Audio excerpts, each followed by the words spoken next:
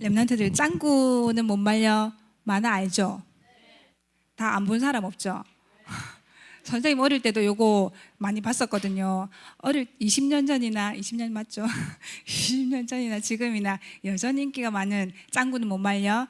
근데 오늘 이 영상을 보면서 여러분들은 어떤 생각을 했는지 모르겠지만 아마 엄마 아빠는 조금 다른 모습으로 이 영상을 보지 않았을까. 아, 우리도 저 때가 있었는데 나도 아빠 자전거 뒤에 타서 이렇게 제일 첫 영상이 짱구 아빠가 할아버지 자전거 뒤를 타서 이제 농길을 걸어가는 모습, 그리고 이제 제일 마지막 부분이 짱구 엄마 아빠 그리고 짱구랑 짱아랑 아빠 엄마 뒤에 자전거를 타고 가는 모습으로 딱 마무리가 됐는데, 이 모습을 보면서 참 랩런트들은 엄마 아빠가 이런 적이 있었을까? 라고 생각할지는 모르겠지만 엄마 아빠도 어릴 때 너희들처럼 엄마 말 안 들어서 혼날 때도 있었을 것이고 두드려 맞았을 때도 있었을 것이고 맨날 잔소리 들으면서 이거 하지 마라 저거 하지 마라 그런 시절이 분명히 있었겠죠. 근데 짠 하고 나는 하준이 하리 예린이 엄마로 딱 태어난 게 아니잖아요. 그 시절이 분명히 있었는데 우리가 선생님이 이 영상을 시작했었던 게, 선생님은 신학을 공부한 게 아니기 때문에 메시지를 너희들한테 여러분들한테 전달하는 게 어려워요. 그래서 말씀을 전달하기보다 이 모습들을 보면서 선생님의 이 어린 시절 어떻게 신앙생활을 해왔으며 지금 선생님이 받고 있는 응답이 무엇일까, 기도 제목이 무엇일까, 요거를 이제 짧게 나누기 위해서 이 영상으로 선생님이 한번 시작을 해봅니다. 자, 그럼 일단은 말씀부터 한번, 그래도 말씀 제목은 있어야 되니까 말씀부터 잠깐 볼게요. 선생님 PPT 제목은 뭘 해야 될지 도저히 모르겠더라고요. 그래서 그냥 거창하게 남은 자의 축복. 자, 이사야 11장 10절 말씀 잠깐 볼게요. 그냥 바로 넘겨주세요. 넘기면서 이걸 보고 그냥 읽을게요. 같이 한 목소리로 읽겠습니다. 그날에 이새의 뿌리에서 한 싹이 나서 만민의 기치로 설 것이요 열방이 그에게로 돌아오리니 그가 거한 곳이 영화로우리라. 이사야 11장 10절 말씀입니다. 이새의 뿌리에서 만민의 한 싹이 나겠대요. 이 한 싹이 뭐를 말할까요? 한 싹, 이새의 뿌리에서 이새의 아들이 누군지 아시는 분? 이새의 아들이 누군지 아시는 랩런트 중에서? 주윤이? 다윗. 와, 주윤이 마치고 사모님이랑 같이 시작할게요. 자, 이새의 뿌리에서 한 싹이 나겠는데, 이새의 뿌리에서 이새의 아들이 다윗입니다. 이 다윗을 통해서 누가 나오죠?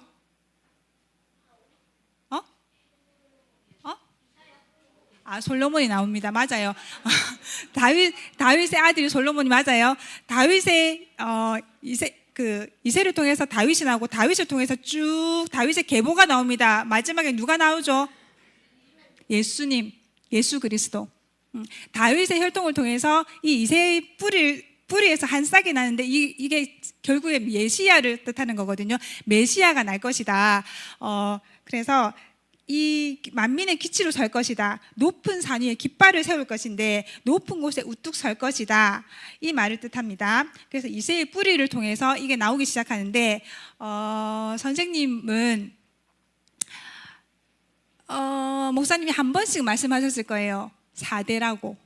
믿음의 가정이 4대라고. 4대가 뭔지 아시는 분? 4대. 뭘 보고 도대체 4대?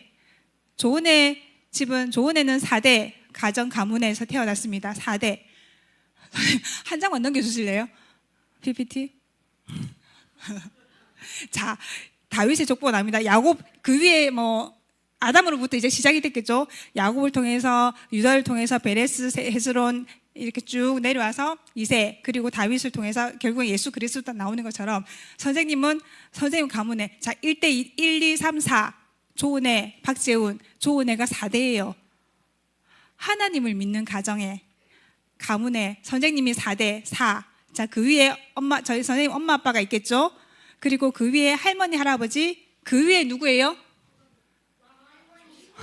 증조 할머니. 증조 할머니가 1대, 그리고 할머니, 그리고 엄마 아빠, 그리고 선생님, 우리 랩런트들이 5. 이렇게 나오는데, 선생님은 지금까지도 내가 4대 어렸을 때는 이 의미도 몰랐었고 별 의미가 크다라는 생각도 못하고 있었거든요. 근데 얼마 전에 불과 안지 얼마 안 됐어요. 내가 4대라는 것도 알았었고, 그리고 저희 증조 할머니로부터 시작이 됐다라는 걸 들었는데, 그 예전에는 이게 처음에 이제 선교사님들이 우리나라에 들어와서 복음을 전했을 때, 우리나라는 유교 사상이 굉장히 심했던 나라잖아요. 그래서 이 서양 종교로 해가지고 기독교가 들어오는 거를 굉장히 핍박을 했었던 그 시절이었었잖아요. 그때 저희 증조 할머니께서 하나님을 만나고 이제 집에서 쫓겨나셨대요. 네, 우리는 제사를 지내야 되는 유교 집안인데 너 하나님 믿는데 안 돼, 믿지 마 했는데, 끝까지 그거를 저는 하나님 믿겠습니다 해서 그 집안에서 제 할머니가, 증조 할머니가 쫓겨나셨대요. 그래서 나오셔서 할아버지한테 복음을 전하시고, 그 복음이 할머니한테, 저희 엄마 아빠, 그리고 이제 저희한테 이렇게 전달되는 과정에 저희가 있었더라고요. 근데 그러다 보니까 랩런트들도 마찬가지겠지만 선생님도 마찬가지거든요. 나는 태어나니까 그냥 하나님 자녀였었던 거예요. 랩런트들도 태어나니까 은혜빛 교회 랩런트래. 그냥 태어나고 보니까 그냥 김서원 랩런트 축복합니다. 막 그렇게 우리는 축복 받으면서 자라났잖아요. 랩런트가 뭔지도 모르고, 나는 하나님 자녀, 그게 뭐 어떤 의미인지도 모르고, 그냥 태어나니까 엄마 아빠 따라 어릴 때는 교회를 가고, 그냥 주일 되면 교회 가는구나, 교회를 왔다 갔다 하고, 그리고 이제 해서는 안 될 뭐 일들이 있었겠죠. 그냥 쭉 내가 하나님이 있다라고 교회에서는 뭐 한 번씩 말씀을 하시겠죠. 교회에서 목사님 말씀하시겠죠. 근데 그게 전혀 뭔지 의미를 크게 알려고도 안 했었고, 알고 싶지 않았었을 수도 있겠죠. 그냥 자연스럽게 주일은 교회를 가는 거구나, 다른 데 놀러 가는 곳이 아니구나, 다른 친구들은 놀러 갔지만 나는 그냥 교회를 가는 거구나, 그냥 그렇게 하면서 이제 어릴 때는 신앙생활을 했었던 거예요. 근데 선생님이 다니던 교회는 어땠었냐면 좀 강해요. 뭐가? 율법적인 부분이. 왜냐하면 죽으면 죽으리라, 이제 그 누구지? 손양원 목사님과 주기철 목사님, 그때 일제강점기 때 예수 믿을래, 저 우상숭배할래, 이제 거기에서도 끝까지 굴하지 않았었던 그런 종교, 그런 기독교에서 이제 뿌리가 있다 보니까 선생님 제반에도 이제 절대 세상과 타협하지 않는, 세상과 우리는 하나님의 자녀는 구별된 그런 삶을 살아야 되는 것들이 이제 강조가 되다 보니까 어땠었냐면, 여러분들은 지금 이제 예배 마치고 나면 다들 어디로 갑니까? 응? 맞아요. 편의점 가죠. 맞아요. 편의점. 선생님은 주일날 돈 쓰는 것 자체가 있을 수가 없는 일이에요. 주일날 마트를 가면 절대 안 되는, 주일날은 돈을 쓰면 안 돼요. 돈 쓰면 그날은 이제 저는 혼나는 거예요. 주일날은 헌금 외에 돈을 쓰면 안 돼. 그리고 주일에는 저희 삼촌이 또 이제 다른 분들은 아닌데 저희 이제 삼촌들 중에서도 또 유독 그쪽으로 되게 강하게 하셨던 분이 계셨던 거예요. 그래서 주일에는 절대 일을 해서도 안 돼요. 돈 벌기 위한. 왜냐하면 촌에 있다 보니까, 시골에 있다 보니까 농사를 지을 수도 있잖아요. 농사를 짓다 보면 누가 이 쌀 한 부대 이쪽 갖다 주세요, 막 그런 이야기들을 할 수 있잖아요. 어디 주일날 안 돼. 월요일날 갖다 주겠습니다. 그런 부분들. 그리고 주일날 돈 쓰면 안 돼, 뭐 일을 하면 안 돼, 그게 있었고, 주일날 옷차림이며, 그리고 뭐 TV 보는 것도, TV도 절대 보면 안 돼요. TV도 우리가 보고 있으면 삼촌 와가지고 TV 탁 꺼버리고, 어디 TV 보냐고 TV 꺼버리고. 이게 못 믿으시겠지만 저는 제가 어렸을 때는 이렇게 약간 좀 눌려가면서 절대 해서는 안 돼. 그리고 저희 할머니는 지금은 괜찮으시는데 예전까지만 해도 우리가 여름에 민소매라고 하죠. 나시를 입고 교회를 가서도 안 돼요. 여자들은 모자를 써서도 안 돼요. 이런 부분들이 외적인 부분에서 내가 선생님이 어렸을 때는 그게 너무 강한 거예요. 아, 나는 하면 안 되는 거, 교회를 다니면 이것도 안 돼, 저것도 안 돼. 뭘 할 수 있는 부분보다는 하지 말아야 할 것들이 너무 많았었던 거예요. 그래서 이 틀이 아직까지도 어쩌면 선생님한테는 남아있을, 아직까지 완벽하게 버리지 못했어요. 그러다 보니까 교회 갈 때 뭐 이렇게 한 모습들이 보이면 저도 모르게 약간 지적 아닌 지적, 정죄 아닌 정죄가 나오는 부분들이 아직까지도 있거든요. 그런 집안에서 선생님은 자라왔습니다. 그러면서 성경 읽기, 명절 되면 저희 삼촌 목사님이 계시니까 삼촌 오시잖아요. 성경 읽는 거, 그게 얼마나 저한테는 부담이었는지. 안 읽어지거든요. 안 읽어지는데 성경 몇 장 읽었어? 물어보면 저는 이제 피하기 시작하는 거예요. 명절날 오면 삼촌들이 오시면 약간 피했어요. 그렇게 지내다 보니까 교회에서는 선생님, 저도 모르게 약간 가면을 쓰기 시작하겠죠. 어린 때부터 이제 교회를 다니다 보니까 교회 안에서 성도님들이 보는 나의 모습, 교회 밖에서 친구들이 보는 나의 모습이 다른 거예요.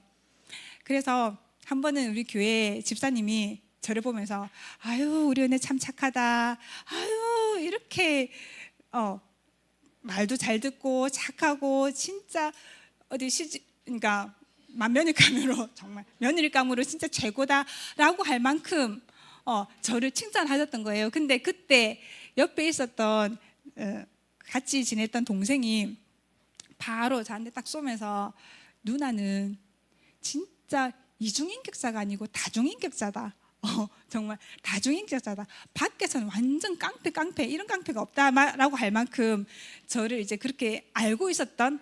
근데 제가 좀 남자 아이들을 좀 많이 때리고 다녔었거든요. 그때는 어릴 때는 그렇게 밖에서는 이제 교회 안에서는 아주 착한 믿음 좋은 신실한 은혜의 모습, 교회 밖에서는 그냥 하나님 없는 은혜의 모습, 이렇게 살아가다 보니까 지금도 약간 그런 가면을 쓰고 있는 부분이 있습니다. 그래서 우리 하린이가 한 번은 그런 말을 하더라고요. 엄마는 친구들이 우리 집에 오면 혼을 안 내, 잔소리를 안 해, 소리를 안 질러.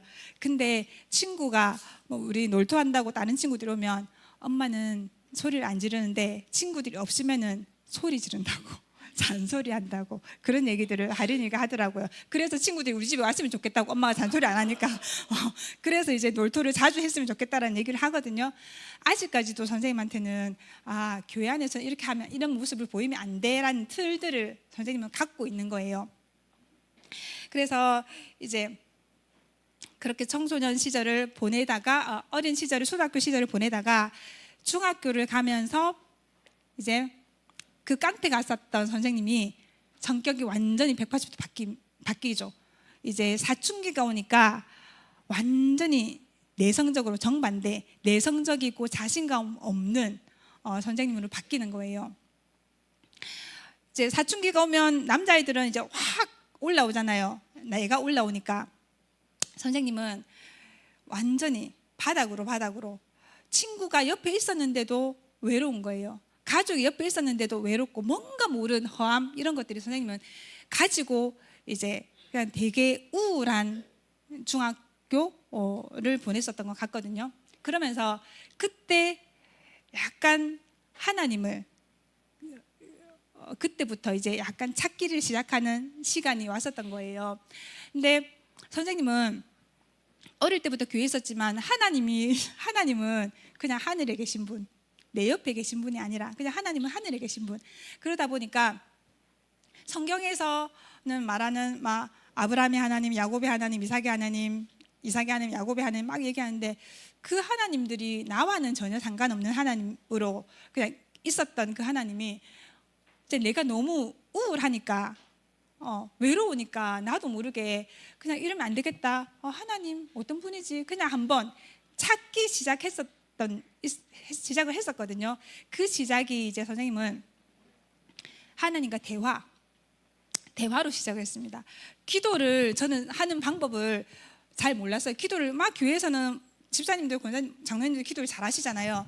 저는 그 기도법도 잘 몰랐었기 때문에 그냥 남들 하는 것처럼 아 저렇게 하는구나. 근데 그 기도가 내 기도가 안 되어지기 때문에 그래서 그냥 계속 대화를 하는 거예요. 길을 가면서 하나님 오늘 그러니까 제가 말씀드렸잖아요. 하나님 내 옆에 있는 게 아니라 하늘에 계시다고. 하늘을 쳐다보면서 그냥 하나님 오늘 날씨가 참 좋네요. 오늘 날씨가 우울하네요. 오늘 이랬습니다. 저랬어요. 오늘 되게 기분 나빴어요. 그러면서 그냥 하늘을 보면서 저는 계속 대화를 하고 있었던 거예요. 그리고 이제 나름대로 저는 성경도 보려고 애를 쓰고 그리고 그때부터 기독교 서적 같은 것들도 계속 사가지고 이제 읽기 시작합니다. 너무 이제 그게 고등학교를 지나서 이제 대학교 이제 20대 초반까지 계속 저는 너무 점점 이제 알면 알수록 기도를 하고 하면 할수록 갈급해지는 거예요. 근데 나는 아는 게 없으니까 하나님에 대해서 저는 아는 게 없으니까 너무 갈급한데 누가 나한테 정확한 답을 하나님은 이런 분이다. 예수가 그리스도라는 그런 부분들에 대해서 어디에서부터 이 문제가 시작돼서 여러분들은 어릴 때부터 쭉 듣고 왔으니까 각인이 되긴 했잖아요. 누가 탁 던지면 예수가 누구예요? 탁 던지면은 왕 선지자 제사 딱 바로바로 나오잖아요. 저는 그게 아니었었거든요. 저는 목사님이 예전에도 말씀하셨어요. 기존 성도들은 예수가 그리스도 뭔지도 모른다. 예수는 한글, 그리스도는 영어. 그냥 그렇게 알고 있다. 선생님 진짜 그렇게 알고 있었거든요. 아 예수를 영어로 하면 그리스도구나. 진짜로 이게 성경에 제사장, 선지자, 왕 이런 부분들이 있음에도 불구하고 성경을 읽었음에도 불구하고 그게 전혀 안 보였었던 거예요. 몰랐던 거예요 그게. 그래서 그냥 저는 종교생활이죠. 그냥 보이는 모습에 치중한 그런 신앙생활들을 쭉 해오다가 그러다가 이제 나중에 결국에 한계가 오기 시작합니다. 선생님이 고아원을 한 1년 정도를 있었거든요. 그러면서 고아원에서 쭉 신앙생활을 거기에서도 이제 교회를 다니는 곳이었기 때문에 주일은 교회를 가지만 교회를 간다고 해서 그게 되는 게 아니잖아요. 교회 가는 거 그것도 하나의 일이었었기 때문에 아이들을 데리고 교회 갔다가 예배 마치고 집에 오면 또 여전히 내가 해야 될 일들을 해야 되는 업무의 연장이었기 때문에 신앙생활 자체가 전혀 안 됐어요. 그래서 거기에서 제가 육신적인 것과 영적인 부분에 한계를 착 맞고 제가 그 원장 어머니께 말씀을 드리고 저는 여기서 도저히 일을 못하겠어요. 몸도 너무 힘들지만 제가 영적으로 너무 힘들어서 안 될 것 같아요 라고 얘기를 하고 제가 나왔었거든요. 그러고 이제 방황을 시작합니다. 그때서야 저는 이 방황이 세상에 막 술을 먹고 노래방을 가고 막 그렇게 하는 방황이 아니라 영적인 방황인데 교회를 못 정하고 있었거든요. 나와가지고 나의 교회를 정하지 못하고 이 교회 저 교회를 다니면서 어떤 말씀 진짜 나에게 주신 말씀이 무엇일까 계속 교회를 하루는 저희 마산에 계속 돌아다녔었거든요. 성산교회 갔다가 신마산교회 갔다가 신광교회 갔다가 말씀 좋다라는 그 극동방송에 나오는 그 말씀 좋다라는 목사님들 찾아서 제가 다 가기 시작하거든요. 근데도 가지만 거기가 나의 교회는 아니었었던 거예요. 그래서 완전히 제가 영적으로 다운이 됐었을 때 이제 저희 오빠들 통해서 여기 우리 안길재 목사님을 만나게 된 거죠. 그래서 목사님을 만나서 선생님은 다락방을 굉장히 싫어하는 사람이었습니다. 그래서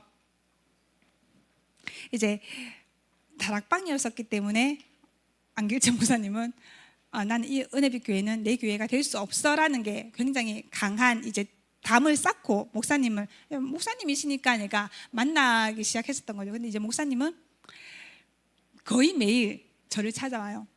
은혜야 밥 먹자. 밥 안 먹었지? 밥 먹자. 은혜야 카페 갈까? 커피 마실까? 계속 찾아오시면서 저한테 다른 말씀 안 하시고 말씀을 계속 주시기 시작하는 거예요. 그러면서 내 안에 이게 강한 이 틀들이 제가 갖고 있는 게 되게 종교성이 강하잖아요. 이것들을 잘못됐다라고 말씀하시는 게 아니라 계속 말씀으로 바꾸기 시작하시는 거예요. 그러면서 이제 제가 목사님 저는 다락방 이래서 싫고요, 목사님 이래서 싫고요, 이래서 싫고 저래서 이거 왜 이렇게 합니까, 저렇게 합니까, 계속 제가 따지고 들고 목사님이 그에 대한 답을 계속 주시면서 아 그래요, 일단은 제가 확실하진 않지만 저는 여전히 싫지만 저는 목사님 말씀이 좋으니까 그럼 이곳에 올게요, 은혜비 교회를 갈게요 라고 하고 이제 저는 여기에서 이제 저의 신앙생활이 시작이 되는 겁니다. 그래서 이제 그렇게 시작이 되면서 근데 이제 예전에 선생님이 이 말씀을 준비하면서 내가 한번 과거를 돌아보는 시간이 있었거든요. 그때 예전에 목사님이 우리 양가 집안에 그 과제를 주신 적이 있었어요. 양가 집안의 영적인 문제들을 다 찾아내고 그리고 전도해야 될 사람들 쫙 나열해보고 여기에서 뭐가 필요한지 이제 그런 부분들에 대해서 한번 그 로드맵처럼 적어봐라라고 말씀하신 적이 있었거든요. 그걸 과제로 주신 적이 있었거든요. 근데 제가 그걸 적었어요. 적었는데 그거를 한번 찾아도 엑셀 파일을 했는데 잃어버린 것 같아요. 그래서 그걸 찾다가 이제 다른 걸 찾았는데 그게 뭐였었냐면 선생님 사진 한 번만 넘겨주세요. 이게 기도응답 노트와 그리고 유언장이었었거든요. 이게 이 기도응답 노트는 제가 하나님 은혜빛교회 오기 전에 저는 하나님을 잘 몰랐었기 때문에 알아야 돼요. 이게 그냥 이게 하나님이 나를 찾아보시는 게 아니라 내가 하나님을 찾아가기 시작했었던 거였었거든요. 그래서 정말 열심히 그리고 이제 제가 기독교 서적을 많이 봤다 했잖아요. 5만 번 기도응답 받은 조지 뮬러라는 책을 보면서 아 나도 이 사람처럼 기도응답 받아야지, 어떤 응답을 받았는지 하나님이 어떻게 응답하시는지 봐야지, 그래야 하나님이 살아계시는 걸 내가 알 수 있지 않겠냐. 그래서 기도 적고 응답 받은 날짜 쭉 같이 이제 그런 책 노트가 하나 있었거든요. 거기다 내 기도 제목, 응답 받은 날짜 쫙 적어가면서 일부러. 근데 그게 시작하다 보니까 나중에 어떻게 되냐면 응답 받을 기도 제목만 제가 적기 시작하는 거예요. 진짜 기도 제목이 아니라 응답 받은 날짜가 나와줘야 되잖아요. 그걸 위해서 내가 기도 제목을 적는 거예요. 그러다가 나중에는 이제 이것도 못하겠다. 그래서 매일매일 이걸 안 하면 제가 죽을 것처럼 매일매일 기도문을 적습니다.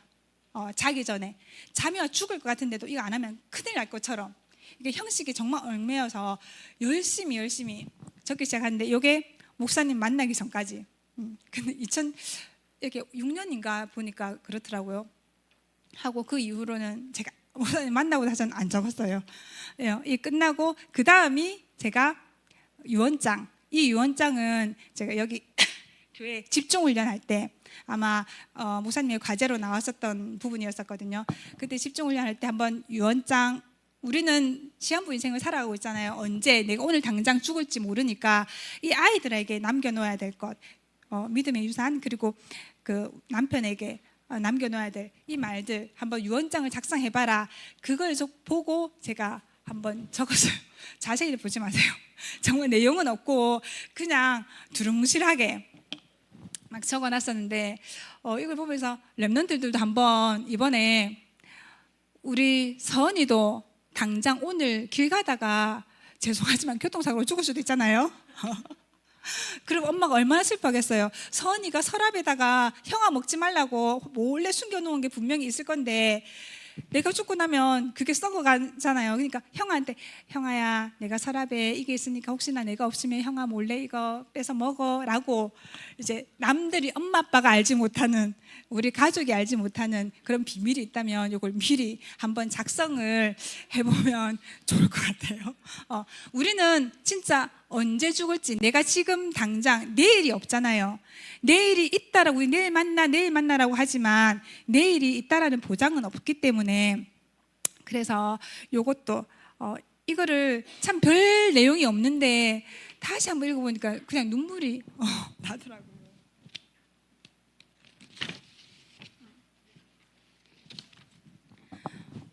그래서 이걸 보면서 다시 한번 저의 이런 신앙을 돌아보는 시간이 됐었고, 이제 되게 많은 이번에 이걸 제가 돌아보면서 랩런트들은 어떨까? 마찬가지잖아요. 랩런트들도 선생님과 마찬가지로 내가 뭐 교회 다니고 싶어서 교회 다녔나? 그냥 엄마 밑에 와 있으니까 엄마 아빠한테서 태어났으니까 은혜빛 교회 성도가 되어 있네.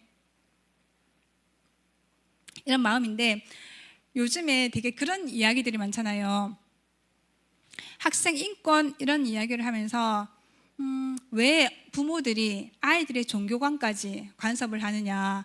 이 아이들이 믿고 싶을 때 스스로 하나님을 믿게 하지 왜 부모가 나서가지고 일요일 아침마다 늦잠 자고 싶은 아이들 깨워서 주일날 여기 앉혀놓고 왜 그렇게 하느냐. 세상에는 이런 목소리들이 굉장히 많아요.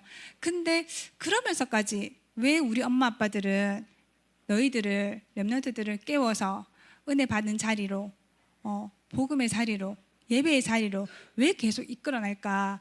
왜 뭐 때문일까? 선생님도 그 고민을 되게 많이 했었거든요.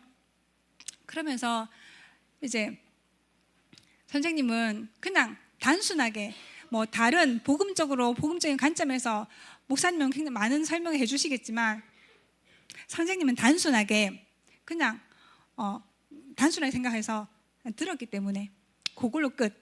내가 들었기 때문에, 내가 받았기 때문에, 내 의지와 상관없이 엄마 아빠 밑에서 난 태어났고, 그리고 내 의지와 상관없이 엄마 아빠가 나한테 복음을 줬기 때문에, 그래서 그냥 들었기 때문에 나도 내 자녀들에게 전달해야 되겠구나.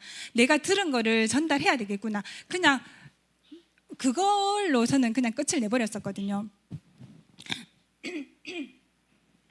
이제 우리가 그런 말들을 되게 많이 하죠. 달리기 계주를 하다 보면 이 바톤을 전달하지 않으면 계주에서는 아무리 빨리 달려도 아무리 열심히 세게 달린다 하더라도 이 바톤을 받지 않고 열심히 달려봤자 아무 의미가 없다고. 그 게임은 지는 게임이 되는 거라고. 우리 증조 할머니를 통해서 이 믿음의 바톤이 할머니를 통해서 엄마 아빠를 통해서 저한테 주셨거든요. 이 주셨기 때문에 저는 그냥 이거를 전달만 하는 거예요. 내가 뭘 잘나서 선생님이 뭘 많은 지식이 있어서 은혜가 있어서 하나님이 나에게 큰 응답이 있어서 내가 주는 게 아니라 그냥 받았기 때문에 저는 이 아이들에게 전달한다. 그냥 단순하게 저는 그걸로 끝을 냈거든요. 그리고 선생님 한 장만 넘겨주세요. 성경에 보면 잠언에 마땅히 행할 길을 아이에게 가르치라. 그리하면 늙어도 그것을 떠나지 아니하리라. 이 말씀이 있어요. 우리가 어른들한테 마땅히 행할 길을 아이에게 가르치래요. 그 마땅히 행할 길을 가르치는데 근데 그 마땅히 행할 길 내가 아는 게 있어야지, 본 게 있어야지, 들은 게 있어야지 이 아이들한테 행할 길을 가르쳐 줄 거 아닙니까? 그래서 우리는 예배 속에 있는 거고 말씀 속에 있는 거고 이곳에서 듣고 은혜가 어떻게 이루어지고 나가는지 현장에서 어떤 일이 일어나는 건지 듣고 보고 이게 있어야지만이 나도 내 자녀들에게 전달할 수 있는 거잖아요. 그래서 우리가 이곳에 있는데 지난주에 목사님이 오후 예배 때 딱 그 말씀하시더라고요. 대추나무에 열려 있는데 이제 그 말씀하시면서 사과가 그 명절날 최고 가치 있는 상품이 되기 위해서는 제일 비싸고 제일 가치 있는 상품이 되기 위해서는 그 최고 가치 있는 상품은 어떤 사과일까요? 제일 비싼 사과, 금사과. 제일 비싼 사과. 마트에서 백화점에서 파는 제일 비싼 사과는 어떤 사과일까요?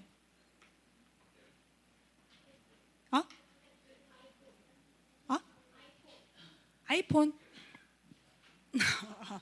사과. 네. 제일 비싼 사과는 어떤 사과일까요? 싱싱한 사과. 크고 탐스럽고 깨끗하고 상처 없고 그런 사과가 제일 비싼 가치가 있는 사과겠죠. 근데 그런 사과가 비싸고 아주 크고 탐스러운 그 사과가 태풍이 왔는데 바람이 부는데 그 비바람에 불어서 떨어져 버렸다. 그럼 그 사과는 어때요? 먹을 수가 있어요? 상품 가치가 있어요? 없어요? 상품 가치가 없지요.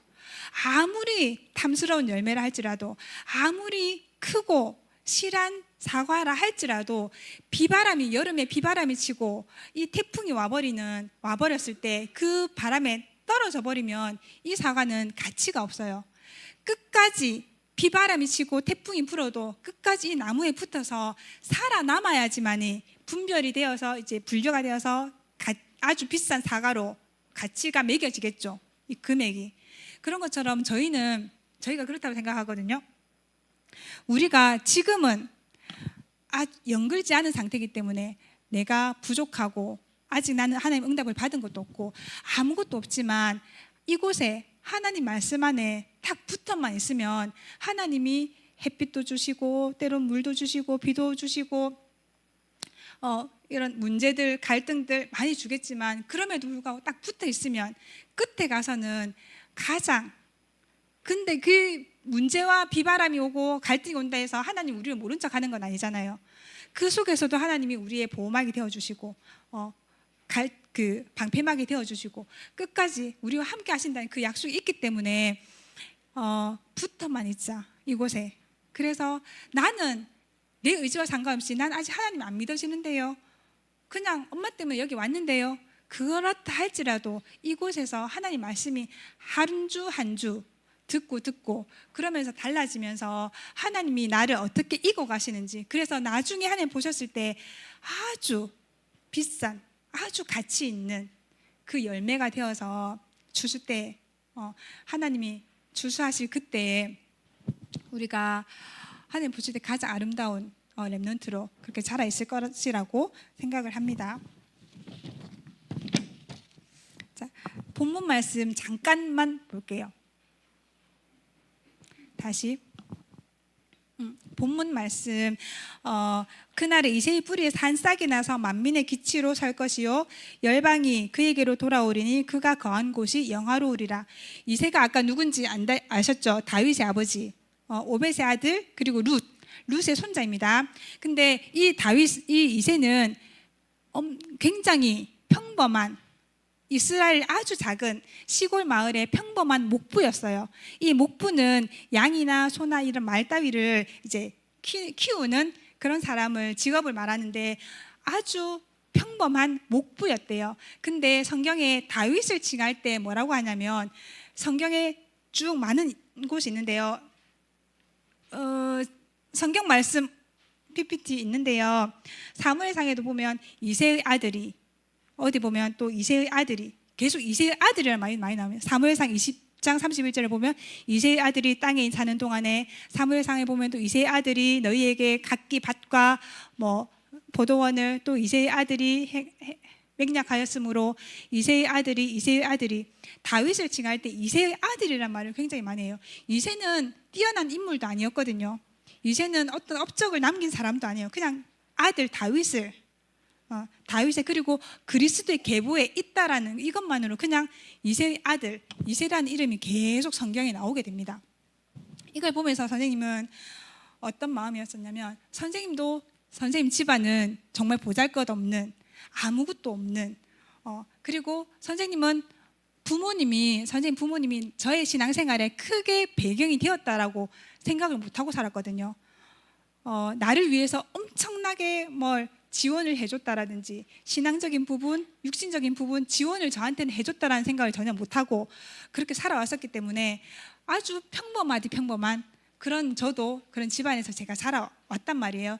근데 오히려 그리고 이 기독교 집안에 있다 보니까 어땠었냐면,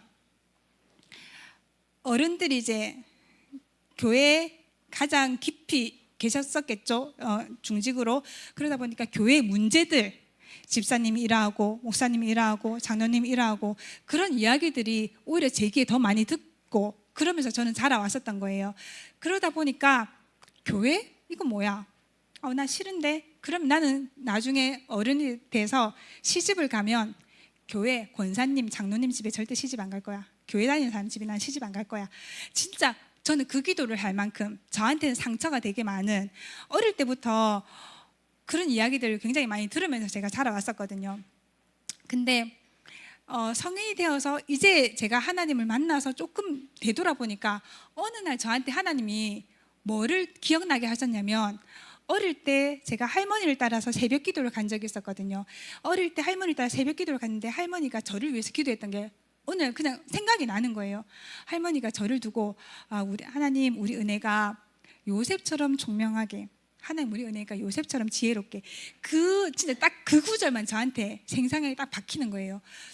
한 번도 생각난 적이 없었는데 어느 날 할머니 그 기도 갑자기 떠오르기 시작하면서 나를 위해 기도하고 계셨구나. 그동안은 아무런 나의 영적인 배경이 전혀 아니다고 생각했는데 기도하고 있었다란 그게 오늘 떠오르기 시작하니까 감사가 되는 거예요. 그래서 여러분들도 우리 부모님이 믿는 하나님, 집에서 와가지고 막 이야기하는 거 보니까 우리 교회 아니야, 우리 부모님 믿는 하나님, 능력 없으신 하나님, 응답 없는 하나님, 그렇게 생각할 수도 있겠는데, 근데 우리 부모님이 다른 걸 두고 하진 않잖아요. 렘넌트들 하나님 앞에 기도를 하는데 우리 주여비가 이게 절대 이쪽으로 하나님 벌받게 해주세요. 주여비가 이쪽으로 문제 이렇게는 안 좋은 쪽으로, 아무튼 안 좋은 쪽으로 기도를 하진 않잖아요. 나쁘게 주여비를 두고 기도를 하진 않잖아요. 하나님께 기도를 한다는 거는 어떻게든 우리 주여비가 하나님 나보다 더 하나님 말씀에 순종하는 자녀로, 하나님 더 나보다 더 성령 충만한 렘넌트로, 하나님 응답받는 하나님의 자녀로 살아게 해주세요. 그 기도를 하는 거지. 우리 렘넌트를 두고 얘는 이게 안 되게 해주시고 저게 안 되게 해주시고 그런 부정적인 기도를 하시는 부모님은 안 계신단 말이에요. 그래서 제가 이 말씀을 준비하면서 제 부모님을 다시 한번 돌아보면서 나에게 아무런 배경이 되어주지 못했었던 부모님이지만 그래도 조용히 묵묵히 기도하면서 이 믿음에 세상 사람들이 보셨을 때 아무런 가치 없는 그 길이라 할지라도 다른 거 하나 이 믿음의 바톤을 나에게 전달했다라는 거, 그걸로 부모의 역할은 저는 다한 게 아닌가. 물론 전도가 되어지고 현장에서 이런 하나님의 능력이 있으면 좋겠지만 그거와 상관없이 부모로서 이 믿음에 내가 받았던 이것을 이 아이에게 전달한다라는 거, 저는 그게 다라고 생각을 하거든요. 그래서 이제 저는 마지막 장을 보면 이거를 제가 봤었거든요. 제가 하나님 이 복음의 가문에서 아무것도 없는 그냥 믿음의 사대지만 아무것도 없는 자지만 하나님이 나를 불러주셔서 남들은 불신자들은 하나님을 믿고 싶어도 하나님이 믿어지지 않잖아요. 믿고 싶어도 안 믿어지는 이 하나님을 나는 그냥 믿어지는, 그냥 이 속에 있으면서 믿어지는 은혜를 하나님 나는 주셨구나. 그래서 그게 저한테는 되게 크게 왔었었고요. 그래서 이 가정 가문에 나를 부르셨구나. 이새처럼 진짜 별 볼 일 없는 작은 그릇에 불과하지만 하나님이 나를 앞서 구원받은 남은 자로, 그리고 이제 이곳에서 말씀을 체험하는 남는 자로, 또 어떤 일이 일어나도 내가 세상에 빛을 비출 남을 자로, 그리고 또 만민을 우리가 대로를 수축해서 만민을 하나님께로 옳은 길로 돌아올 수 있도록 그 길을 돌을 제거하는 그 역할을 내가 할 수 있도록 남길 자로 하나님이 나를 불러주셨구나. 그 기도가 되어지더라고요. 그래서 렘넌트들도 내가 왜 나는 아직 모르겠어 라고 하지만 하나님이 렘넌트로 부르셨대요. 남은 자로 미리 다른 친구들보다 앞서 구원받은 하나님의 남은 자로 부르셨대요. 그래서 이 축복, 렘넌트의 축복을 쭉 누리는 한 주간 되기를 바랍니다. 이상입니다.